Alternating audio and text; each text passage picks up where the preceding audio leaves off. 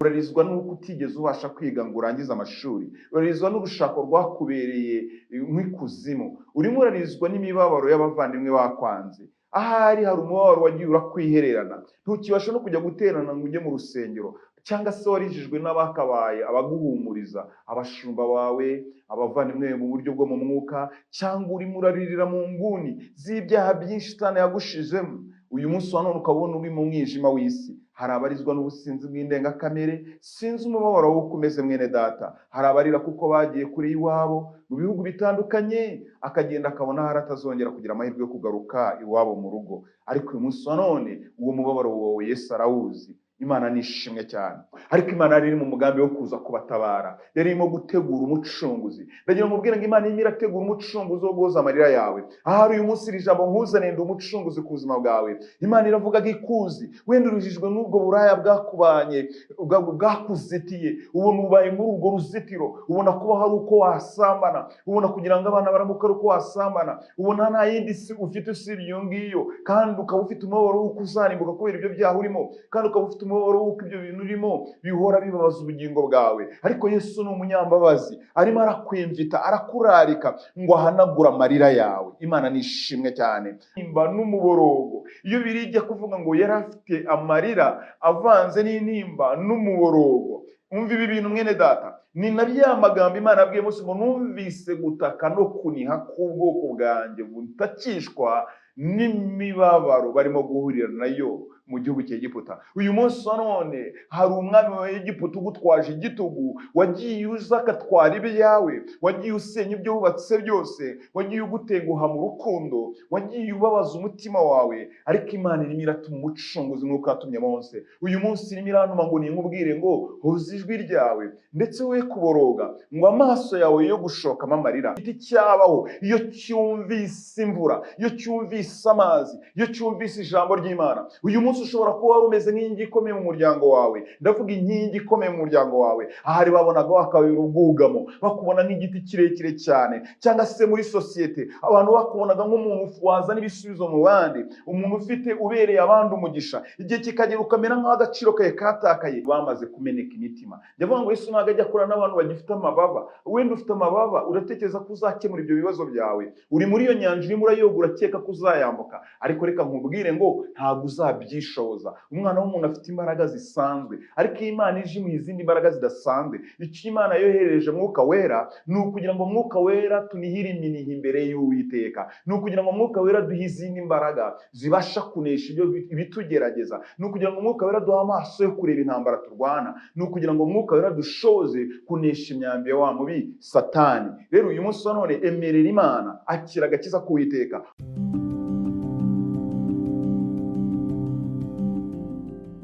Kubasuhuza ubwoko bw'Imana kuri uyu muyoboro mwiza wa Gospel Harvest Network, muri kumwe na Lambert. Rero nishimiye kugira ngo nanone tuganire ijambo Imana yashyize ku mutima wanjye. Ndumva iri jambo tugiye kuganira riri bugire umumaro mwinshi mu bugingo bwawe. Reka dusenge kugira ngo tubashe kubana n'Imana. Uwiteka Mana yacu, ndagushimiye urukundo rwawe, ngushimiye imbabazi zawe nyinshi zitarondoreka, utugirire uko bukeye n'uko bwije, kandi ngushimiye ko utwitaho Mwana. Uyu mwanya rero ubwo ngiye kuganira n'ubwoko bwawe, unyemerere ntaba ari njye ahubwo ari wowe ukorera muri njye Mwana, kugira ngo iri jambo rimfashanye n'ubwoko bwawe kubw'urukundo rwawe, kuko ijambo ryawe ni umuti, ijambo ryawe ni ubuzima. Nyemerera rero uyu mwanya ukore ku mitima ya benshi kubw'iri jambo, bisabye mu izina rya Yesu, amen. Ubwoko bw'Imana, nari ndimo kuvuga ngo uyu munsi wa none tujye kuganira ijambo riza kubasha gufasha ubugingo bwawe. Ijambo Imana yashyize ku mutima wanjye ni ijambo rivuga ngo reka kurira. Imana ishimwe. Ni gute se ijambo rivuga ngo reka kurira? Ese koko birashoboka ko umuntu yahagarika kurira gutyo gusa? Ese umuntu yabasha guhoza undi bikoroha? Reka dusome ijambo ry'Imana kugira ngo tubashe kugenda twumva icyo Imana ivugana natwe. Tugiye kurebera hamwe ijambo ry'Imana riri muri Luka ibice 7, umurongo uhereye ku murongo wa 13. Haranditse ngo umwami Yesu amubonye amugirira imbabazi, aramubwira ati wirira. 14. Yegera ikiriba agikoraho, abakikoreye barahagarara. ati muhungu ndagutegetse byuka. Imana ishimwe.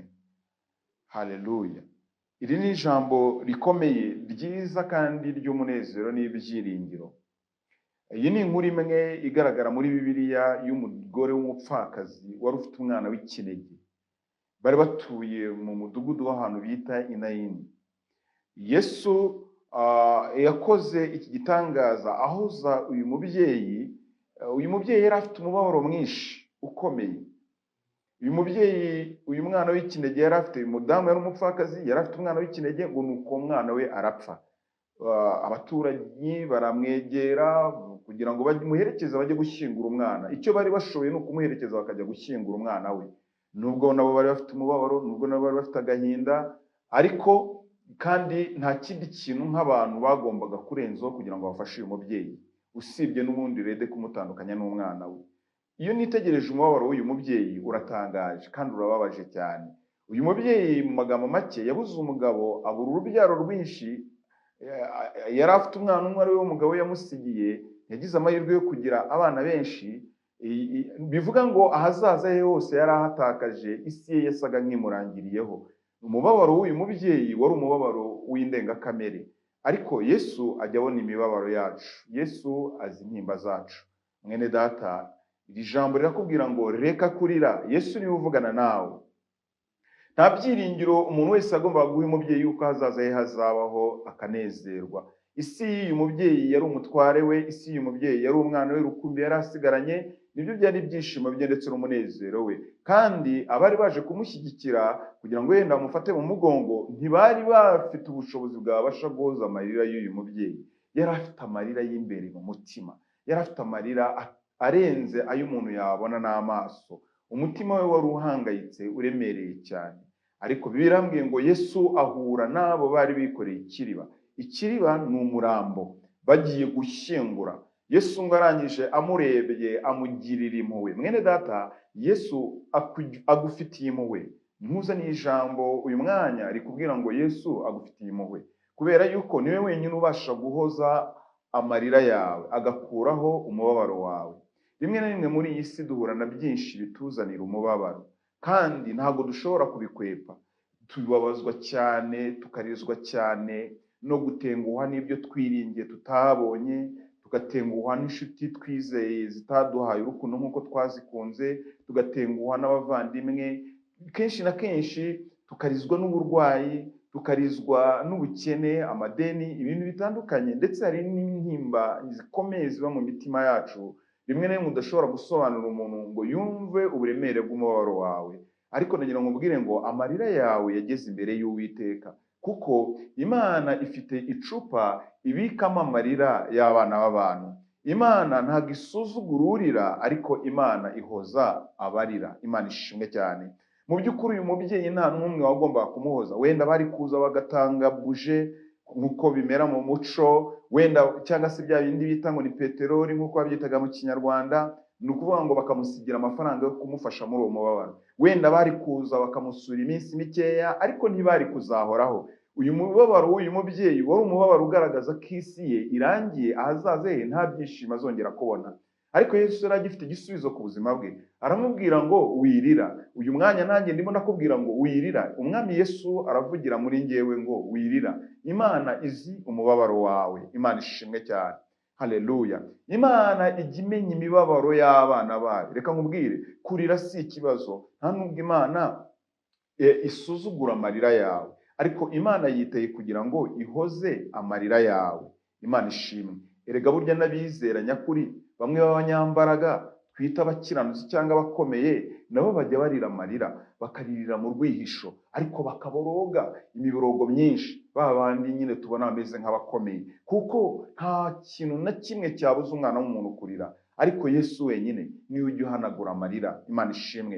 Yesu ubwo yahuraga n'uyu mugore agendana umubabaro, agendana agahinda. Sinzi nimba amarira yaragendaga ashoka muri umupfakazi w'i Nayini, sinzi nimba bari bamuherekeje nabo baragendaga baboroga, ariko bahura na Yesu ngo nawe yinjira mu mudugudu w'i Nayini. Birashoboka ko misiyo yizanye Yesu atari ukujya gutembera i Nayini, ahubwo Yesu yaraje gusanganira umunyamubabaro. Yesu arimo aragusanganira mu mubabaro wawe. Ahari umaze imyaka myinshi urira, urarizwa n'ubushomeri bw'igihe kirekire cyane, urarizwa n'uko utigeze ubasha kwiga ngo urangize amashuri, urarizwa n'urushako rwakubereye nk'ikuzimu, urimo urarizwa n'imibabaro y'abavandimwe bakwanze. Ahari hari umubabaro wagiye urakwihererana, ntukibasha no kujya guterana ngo ujye mu rusengero, cyangwa se warijijwe n'abakabaye abaguhumuriza, abashumba bawe, abavandimwe mu buryo bwo mu mwuka, cyangwa urimo uraririra mu nguni z'ibyaha byinshi Satani yagushizemo. Uyu munsi wa none ukabona uri mu mwijima w'isi. Hari abarizwa n'ubusinzi bw'indengakamere, sinzi umubabaro w'uko umeze mwene data. Hari abarira kuko bagiye kure iwabo mu bihugu bitandukanye, akagenda akabona hari atazongera kugira amahirwe yo kugaruka iwabo mu rugo.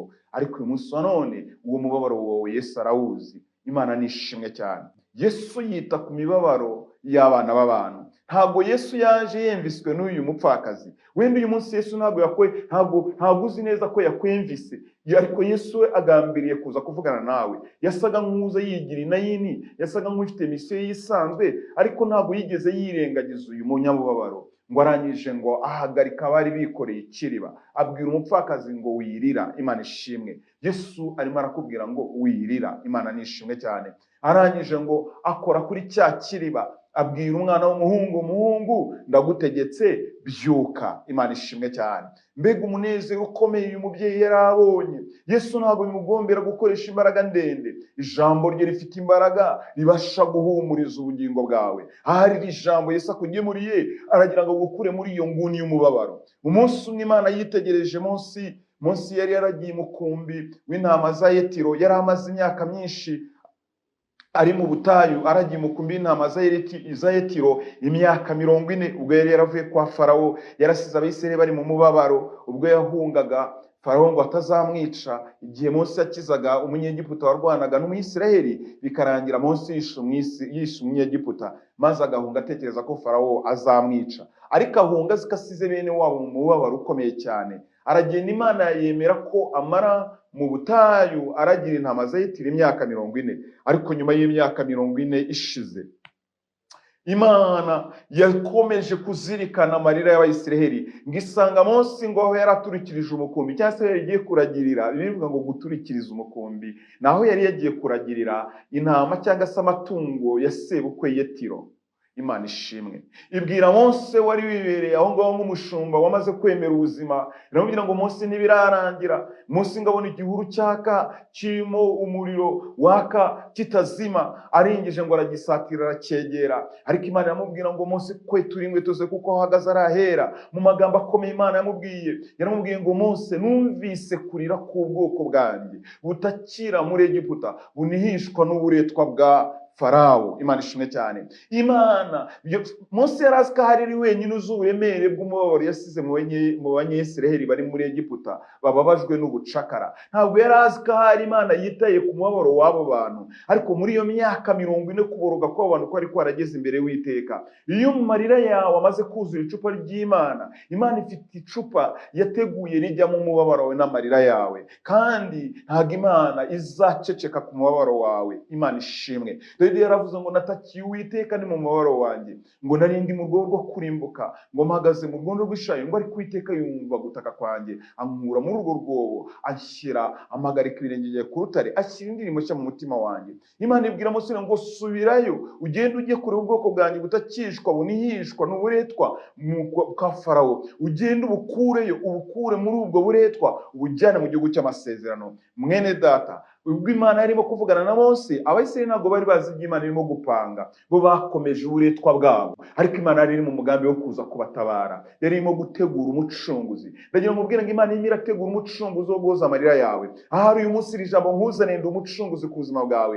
Imana iravuga ko ikuzi. Wenda uruhijwe n'ubwo buraya bwakubanye, bwakuzitiye, ubona ubaye muri urwo ruzitiro, ubona kuba hari uko wasambana, ubona kugira ngo abana baramuka ari uko wasambana, ubona nta yindi si ufite usibye iyo ngiyo, kandi ukaba ufite umubabaro w'uko uzarimbuka kubera ibyo byaha urimo, kandi ukaba ufite umubabaro w'uko ibyo bintu urimo bihora bibabaza ubugingo bwawe. Ariko Yesu ni umunyambabazi, arimo arakwimvita, arakurarika ngo ahanagure amarira yawe. Imana nishimwe cyane. Ahahujwe n'ubwo businzi, wabaye kadavere.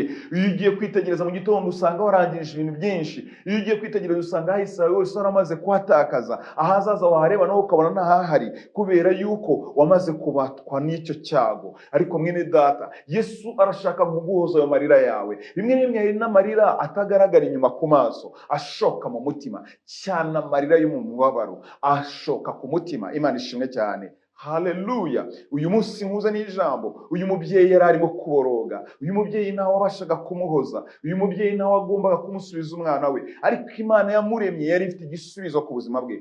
Imana yakuremye ifite igisubizo ku buzima bwawe. Imana nishimwe cyane. Haleluya, haleluya. Imana igikora ibikomeye n'ibitangaza. Hari irindi jambo riboneka muri Yeremiya ibice 31, Yeremiya ibice 31, uhereye ku murongo wa 15. Hari ijambo rihari rigaragaza ko nta wundi muntu wabasha guhoza umwana w'umuntu usibye Imana yonyine. Imana nishimwe cyane. Mwene da, nta muntu n'umwe uzabasha kuguhoza umubabaro kereka Imana yonyine. Uyu munsi none Imana irimo irakurarika kugira ngo ize ikumare umubabaro wawe. Reka dusomire ijambo wumve ukuntu Imana ariyo yonyine ibasha guhoza umubabaro. Ijambo dufite ririmo riravuga ngo reka kurira. Imana nishimwe cyane. Haleluya. Nuko iri jambo riravuga duhereye kuri Yeremiya ibice 31 guhera ku murongo wa 15, ngo nuko ngo kuko niko Uwiteka avuga ati, ijwi ryumvikaniye irama ry'umuborogo no kurira gushavuye, ni irya Rasheli yaririraga abana be, yanga guhozwa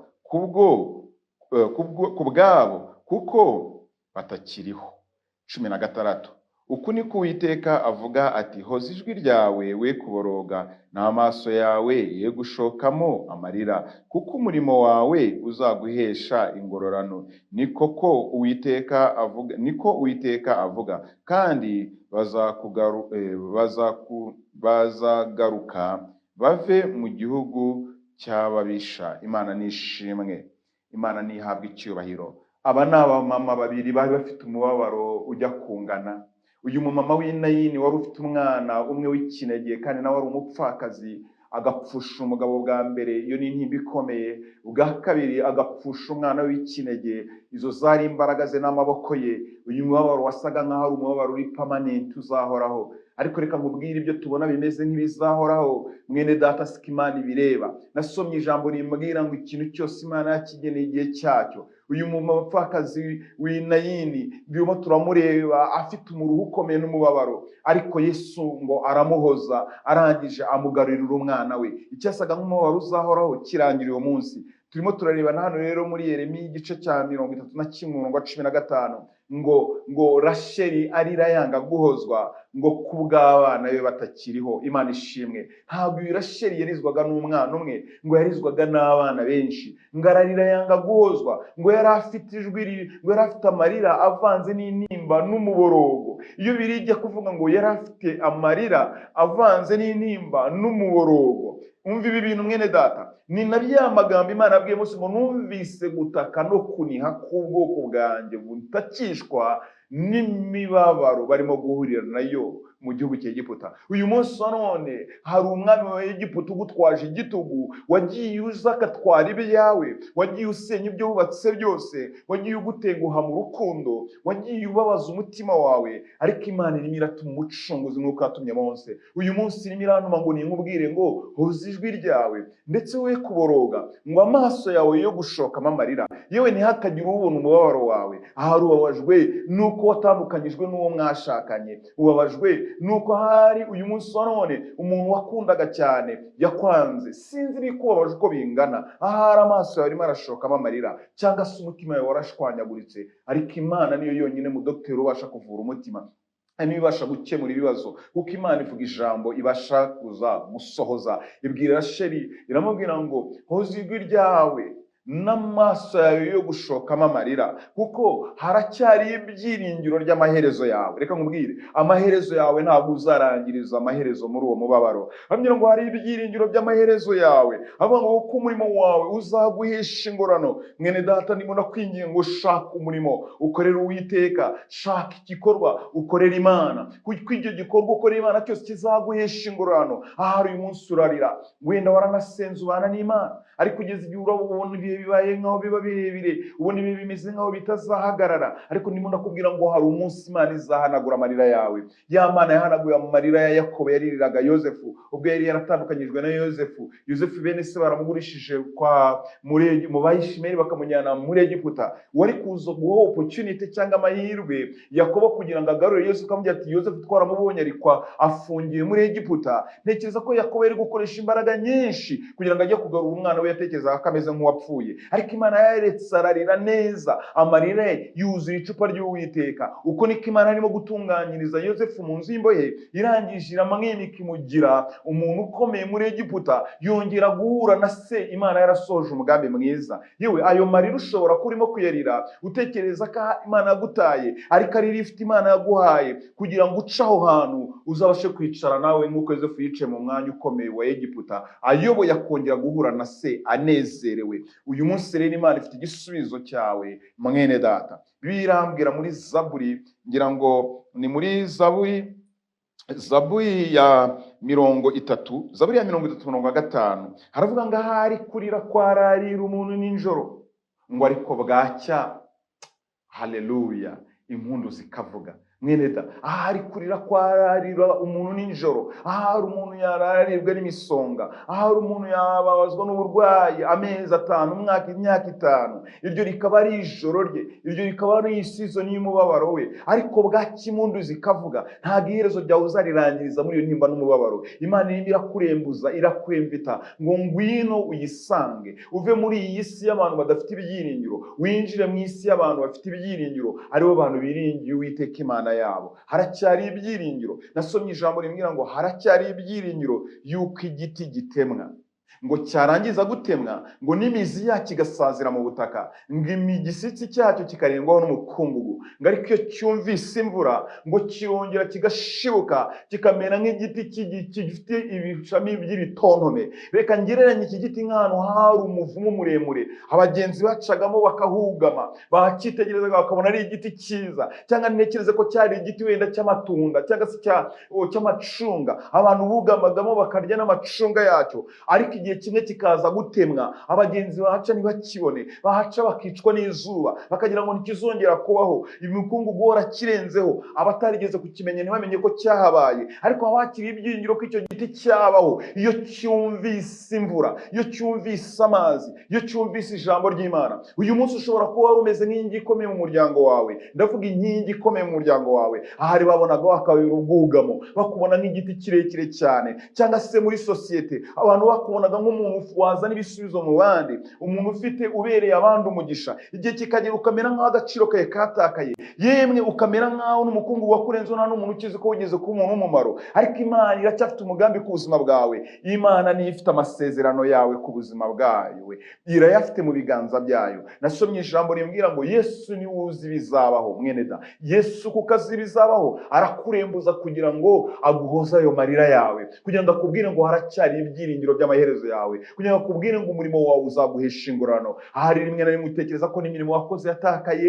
ahari utekereza ko n'imigisha wasabiye ntacyo yamaze, ahari utekereza ko no kuba mu rusengero ntacyo byamaze. Ariko nagira ngo ubwire ngo ntabwo Imana yigeze kwirengagiza. Imana yitaye ku mubabaro wawe, Imana itega amatwi amarira yawe, yiteguye kuguhoza ayo marira, ikakuzanira umunezero mu gitondo. Hari igitondo cyawe cy'ibyishimo mwene data, Haleluya, haleluya. Ubwo Abisirayeli batakaga ntibari bazi ko munsi azaza. Yemwe ntibari bazi ko hari n'ikintu Imana irimo gutegurira hirya aho. Hari ibintu Imana irimo kugutegurira inyuma y'amarido. Ndagira ngo mubwire ngo hari aba destiny helper bawe, hari abantu Imana yohereje kugira ngo bakubere abacunguzi, bagufashe mu rugendo rwawe. Imana ishimwe cyane. Hari abantu bitwa abacunguzi Imana irema kugira ngo baze kugukura muri iyo nimba. Nubwo waba utabareba, Yesu ngo ajya agendera mu bantu. Iki gihe Yesu asanga umupfakazi w'i Nayini yari ari mu bantu. Uyu mupfakazi yitegereje abantu baza, bose barasaga, bari abayuda bambaye amakanzu, bari bambaye rugabire,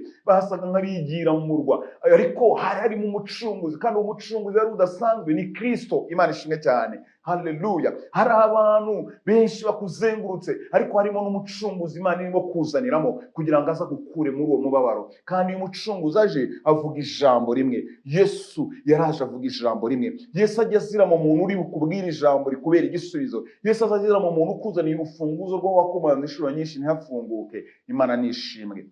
Rero hoza ijwi ryawe, we kuboroga, ndetse n'amaso yawe avemo amarira, kuko umurimo wawe uzaguhesha ingororano. Imana nishimwe cyane. Amarira ntabwo ari ay'iteka ryose. Amarira ajya abaho igihe kikagera Imana ikayakuraho. Umubabaro ni uw'igihe gitoya. Nkunda kubyigisha nkavuga ngo umubabaro ni uw'igihe gitoya, intambara ucamo ni iz'igihe gitoya, imiyaga ucamo ni iy'igihe gitoya, kuko Imana yaremye imisozi irema n'ibibaya. Rero uyu munsi none nimba uterera umusozi, hari n'ikibaya cyawe gihari. Rero icyo usabwa nta kindi, kwihana ibyaha byawe. Yesu akorana n'abantu bamaze kumeneka imitima. Ndavuga ngo Yesu ntabwo ajya akorana n'abantu bagifite amababa. Wenda ufite amababa, uratekereza ko uzakemura ibyo bibazo byawe, uri muri iyo nyanja urimo urayoga, urakeka ko uzayambuka, ariko reka nkubwire ngo ntabwo uzabyishoboza. Umwana w'umuntu afite imbaraga zisanzwe, ariko Imana ije mu izindi mbaraga zidasanzwe. Icyo Imana yohereje Mwuka Wera ni ukugira ngo Mwuka Wera tunihire iminiha imbere y'Uwiteka, ni ukugira ngo Mwuka Wera duhe izindi mbaraga zibasha kunesha ibitugerageza, ni ukugira ngo Mwuka Wera duhe amaso yo kureba intambara turwana, ni ukugira ngo Mwuka Wera dushoze kunesha imyambi ya wa mubi Satani. Rero uyu munsi none emerera Imana, akira agakiza k'Uwiteka, ongera usenge kandi wongera usenge. Hamagara Yesu, mwemvite mu bibazo byawe, mwemvite muri uwo mubabaro ukuremereye. Nyamara ntabwo azakumvira ubusa. Abantu bakumvira ubusa, Yesu nakumva azagutabara. Imana ihabwa icyubahiro. Kandi icy'ingenzi ni uko ukomeza kurinda ubugingo bwawe, ukamenya neza ko mu isi ibyo duhura nabyo byose ntabwo bizashira. Tuzaza duhura n'ibyiza n'ibituremerera, nk'uko navuze ngo n'abakiranutsi cyangwa abanyambaraga nabo bafite ahantu baririra mu mwiherero wabo, ariko bakarira Imana wenda ikabarengera ikaza kubatabara. Aho tuzaruhukira by'iteka ryose ni igihe Yesu azaje gutwara itorero. Mbese witeguye kuzajyana n'abera? Mbese witeguye kuzahozwa amarira yose? Nasomye ijambo rimbwira ngo azahanagura amarira yose ku maso yacu. Imana nishimwe cyane. Witeguye kuzahanagurwa amarira yose ku maso yawe? Ibi bituriza bizagira iherezo. Hari igihugu tuzabamo kitazabamo abarwayi, hari igihugu kizabamo kitazabamo za ambulanse, kitazabamo ubushomeri, kitazabamo ubukene. Hari icyo gihugu Imana irimo gutegurira abera. Nubwo duca muri iyi si Imana iduhoza amarira, ariko yateguye n'igihe izaduhereza amarira by'iteka ryose. Hari umunsi tutazongera kurira, hari umunsi tutazongera kurwara, hari umunsi tutazongera gupfusha. Abitegura icyo gihe bafite uburyo batunganya imitima yabo. Imana ishimwe cyane. Hari akaririmbo kavuga ngo abantu b'iki gihe tugezemo ngo bararimbisha imibiri yabo, ngo kandi ubwo barimbisha imibiri yabo ntabwo bitaye ku by'ubugingo. Imana ishimwe cyane. Haleluya. Ariko ngo naho warimbisha iby'uyu mubiri, ukawurimbisha ndetse ukazenguruka mu isi yose, ariko umutima wawe wanduye, ibyo byose ni ubusa, nta mumaro. Mwene da, rimbisha umutima wawe, amarira yawe Imana yaguhoze, ushyira ibyiringiro byawe muri yo, utegereze guhumurizwa nayo, nk'uko yahojeje umupfakazi w'i Nayini wabonaga ko nta herezo ry'isi imurangireho, niko Imana ije kuguhoza. Imana ibahe umugisha. Uwiteka Mana yanjye, umugisha ubwoko bwawe, bakomeze, kandi iri jambo rihindura amateka y'abantu bawe. Imana ibahe umugisha. Ciao ciao.